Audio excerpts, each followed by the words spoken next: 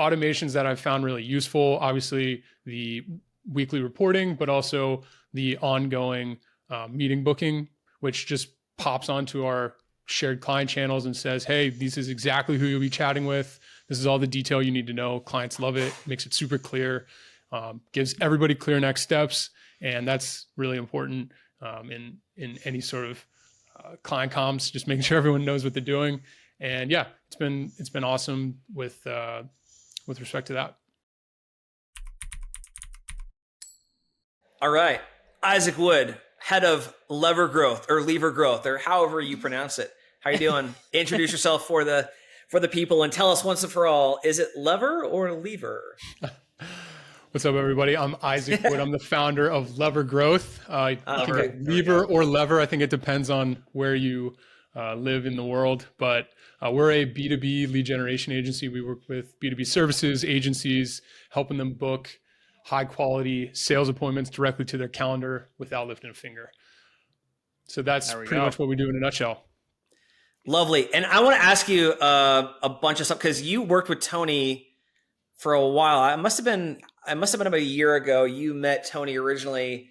So take us back to where you were at just before you hired Tony. What were some of the things you were struggling with? And where were you at in your business? What were you struggling with, and what made you decide that Tony was somebody who could help you out?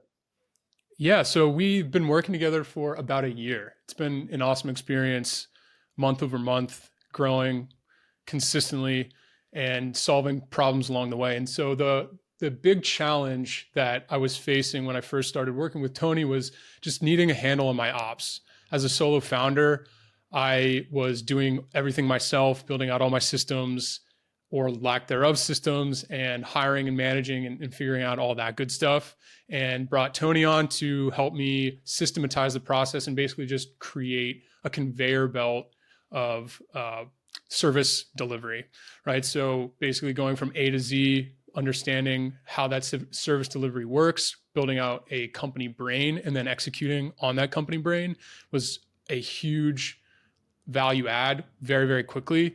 And from there, we just built on top of that, went from strength to strength, and just started developing better processes to just get better and better at our client fulfillment and just keep crushing it, bringing on more clients, improving our results, and ultimately just using that to more and more leverage to just get more and better clients.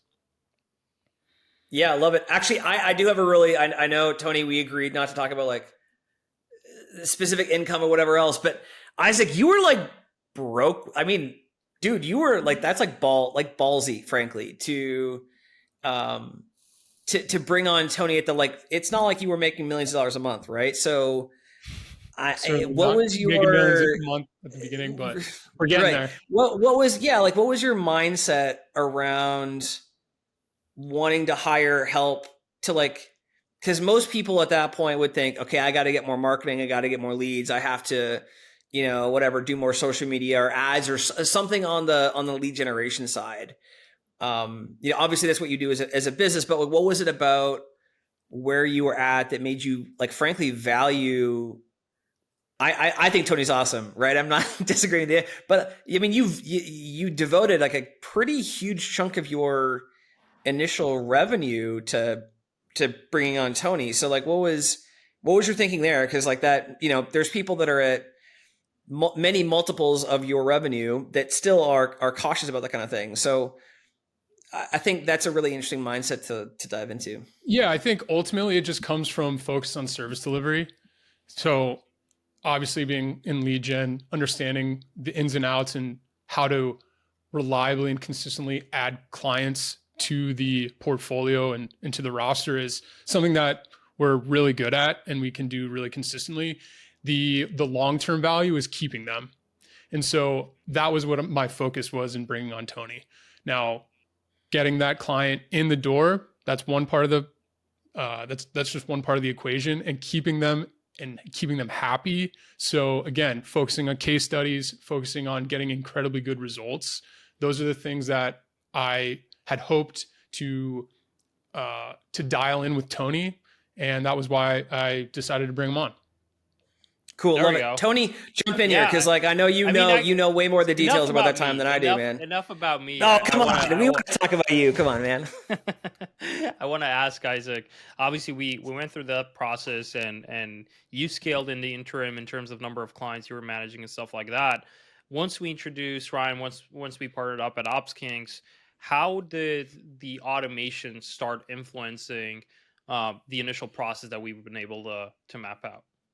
Yeah, the automations have been really essential in the reporting component of the business, giving the clients the data on a weekly basis and letting them know, hey, this is the performance from the previous week, talking about this is how much we've sent. These are all the interested replies. These are all of the, these are all the sends. These are all the total replies. These are all the interested replies, and these are all the meetings booked. And then we can comment on how that performance is relative to our expectations. I think in a lot of cases, understanding and communicating the results and being proactive and getting better and better results is really essential in keeping clients happy long term, which goes back into the whole thesis and bringing on OpsKings in the first place. Now, the automations that I've found really useful, obviously the weekly reporting, but also the ongoing meeting booking, which just pops onto our shared client channels and says, hey, this is exactly who you'll be chatting with. This is all the detail you need to know. Clients love it, makes it super clear, gives everybody clear next steps. And that's really important in any sort of client comms, just making sure everyone knows what they're doing. And yeah, it's been awesome with respect to that. Yeah, love that. Love that. And then you mentioned obviously your inbox manager is doing a lot of the call booking and stuff like that. What has your team been saying on, and because the reason why I asked this is a lot of prospects and a lot of our clients basically have this big fear of, how is the team going to adapt to new technology? How is the team going to adapt to new systems? What has been the feedback from your team in terms of using the features and the tech we've been able to build out?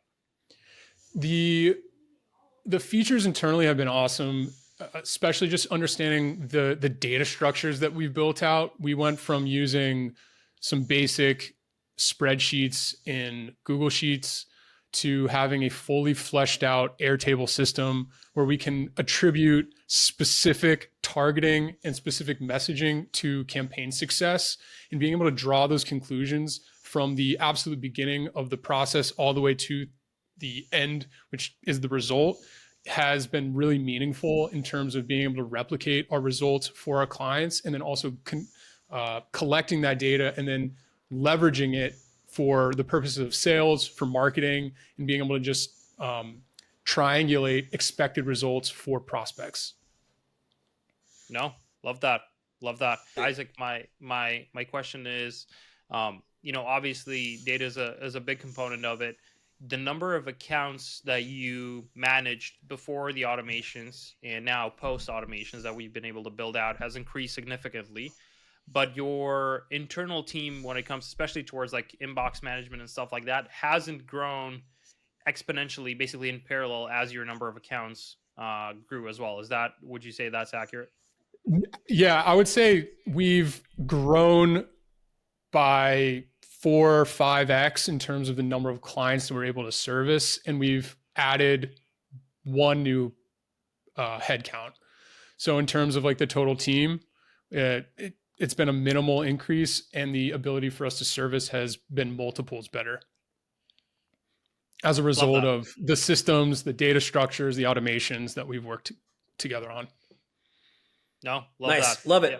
Love it. And of course, like, you haven't just interacted with Tony and myself. We've also grown our team since we started working with you a year ago. Talk to us about your experience with our team. Because like a lot of people, when they start working with an agency, everybody wants to work with the founders, and then they get like a kind of a second rate experience working with a team. So like, talk to us about your experience with the rest of our team as well. Yeah, totally. So initially worked hand in hand with Tony as he grew, and as you guys brought on new team members. I've been working with a handful of different ones, specifically Stefan, who has been an awesome developer, been with us for a really long time, and has been super receptive and responsive to change requests and just like adding new things to the feature roadmap and all that good stuff. It's been a seamless experience and no complaints there. Love it. Awesome. Love Love it. it. Well, I got one more. And then you're going to do the thing you were going to ask, Tony. Any surprises or things that you're surprised at how valuable they were that you didn't initially expect, or features where you're like, I don't know about this, but like this was actually surprisingly useful? Anything that caught you off guard in that way? I think everything has been pretty exceptionally useful if we've mapped it out properly. I think the process that we have is really great, where we will hop on calls and we'll talk about how things are going and then roadmap forward. And I think that has really allowed us to establish, okay, what are we going to actually accomplish in these next few iterations of the next sprint or 2 or 3. And as a result, we're able to be flexible in the priority set. So as business needs change and as the direction of the business changes, the roadmap changes along with it. So we're always adding new features and new value adds in places where it's the highest leverage. Love it. Tony, go ahead. Yeah. And this is an interesting, basically, this is a question we ask everyone, like some of the favorite features we built out, as maybe not directly that correlate directly to utility or like efficiency increase, but just like some of the cool stuff we built out for you that stand out.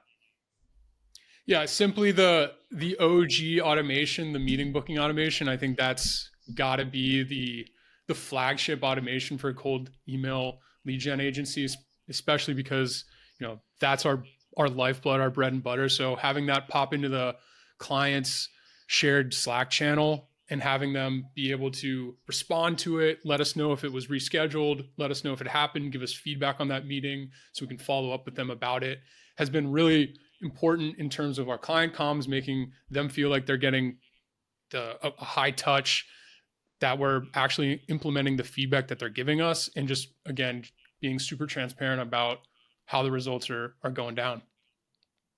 Love it.